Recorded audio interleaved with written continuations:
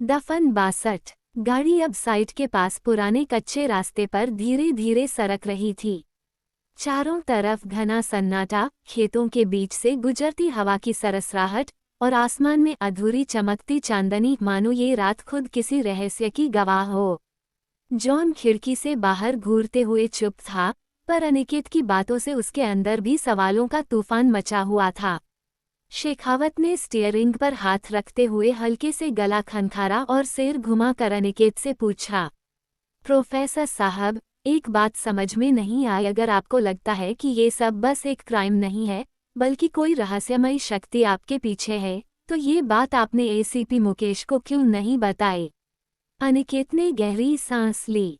बाहर काले आसमान की ओर देखा, जैसे शब्दों को सोच रहा हो। फिर शांत और ठोस स्वर में बोला, शेखावत, कुछ बातें हैं जो वक्त से पहले बताने से उलझन और बढ़ा देती हैं। मुकेश मैडम अभी तक इस केस में सिर्फ इंसानी साजिश ढूंढ रही हैं। अगर मैं उनसे इस रहस्य की बात करता तो वे इसे फिजूल का बहाना समझती। याद है न तुम्हें, जब तुम पहली बार मेरे साथ ऐसे केस में जुड़े थे तब तुमने भी विश्वास करने में कितना वक्त लगाया था? शेखावत ने एक लंबी सांस खींची। गाड़ी की रफ्तार अब और धीमी हो गई। उसकी नजरें आगे सड़क पर टिकी रहीं, लेकिन आवाज में गहराई उतर आई थी। हाँ, आपकी बात बिल्कुल सही है। जब तक मैंने खुद नहीं देखा था, मैं भी इसे महज कहानी समझता था। जो कुछ भी हमने झेला था वो मेरे लिए सिर्फ केस नहीं, बल्कि एक ऐसा अनुभव था जिसे मैं आज तक किसी से बयान नहीं कर सका। कार के भीतर कुछ देर के लिए एक गहरा सन्नाटा छा गया। जॉन ने भी इस बार चुप रहकर दोनों की बातों को महसूस किया। शेखावत ने धीमे स्वर में आगे कहा, हर कोई इन चीज़ों को समझने के लिए बना नहीं होता। अनिकेत जी, मैंने अपनी नौकरी के दौरान हजारों केस देखे हैं, लेकिन आपके साथ काम करते हुए जो अनुभव मिला वो इंसानी सोच से बहुत परे था। और सच कहूं, वो अब तक मेरी नींदें हराम करता है। अनिकेत कहता है, हाँ, बहुत सारी स्थितियां ऐसी रही जब सब कुछ भ्रम जैसा लगा था, लेकिन तब भी तुम ईमानदार बने रहे, चाहे मुझे अरेस्ट करना ही क्यों न हो। शेखावत हामी में सर हिलाते हुए कहता है, हाँ, मुझे याद है। दरअसल कुछ बातें अनुभव से ही समझ आती हैं, और कुछ जज्बात ऐसे होते हैं जिन पर शब्द बेमानी लगते हैं। उसने आगे झांकते हुए सड़क के पार उस वीराने में आंखें गड़ा दीं। एक दर्द ऐसा भी होता है जिसे कोई छेड़ना नहीं चाहता, और न ही कोई उन सवालों को दोहराना चाहता जो कभी न जवाब देने के लिए पैदा हुए थे। बस समझिए कि मेरे लिए भी कुछ ऐसे ही एहसास हैं जो न मैं खुद से पूछना चाहता हूँ और न आपसे सुनना। अनिकेत उसकी बात को समझ गया। वो जानता था कि शेखावत का ये वाक्य बिना नाम लिए बहुत कुछ कह रहा था। उसने गहरी सांस लेकर सिर हिलाया। मैं समझता हूँ, शेखावत, जॉन ने हल्की मुस्कान के साथ पीछे से कहा, और शायद यही वजह है जो आज हम साथ हैं। अब बस यही उम्मीद है जब मुकेश मैडम के सामने सच आए तो वे इसे स्वीकार कर सके। अनिकेत ने उसकी ओर हल्की मुस्कुराहट से देखा, जिसमें गहरी समझदारी थी। इसलिए मैं इंतजार कर रहा हूँ कि एसीपी मुकेश खुद कुछ देखे। जब तक वो महसूस नहीं करेगी, तब तक कोई भी बात उसके लिए सिर्फ कहानी ही रहेगी। शेखावत ने सहमति में सिर हिलाया। हाँ, क्योंकि जब कोई मामला आपके हाथ में आता है प्रोफेसर, तो वो सीधा सच और धोखे के बीच की लकीर पर चलता है। इसलिए इस बार भी मैं पूरी बात जानना चाहता हूँ, क्योंकि मुझे यकीन है ये सब मामूली नहीं है। अपनी बात खत्म करते शेखावत ने ब्रेक पर पैर जमा दिया। गाड़ी अब साइट के गेट पर आकर रुकी थी। जैसे ही तीनों गाड़ी से उतरे, हवा में अजीब सी ठंडक घुली हुई महसूस हुई।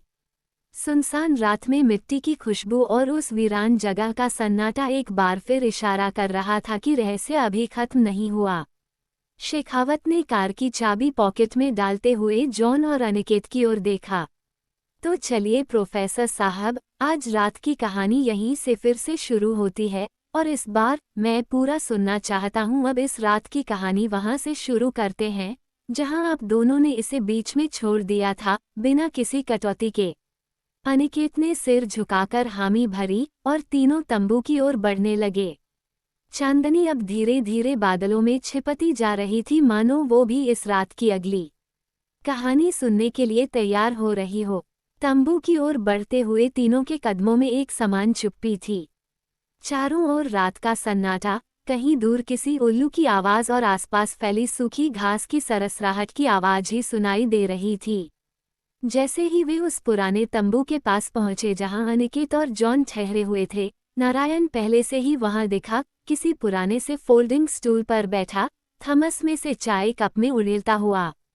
नारायण ने जैसे ही शेखावत को देखा, वह झटके से खड़ा हो गया।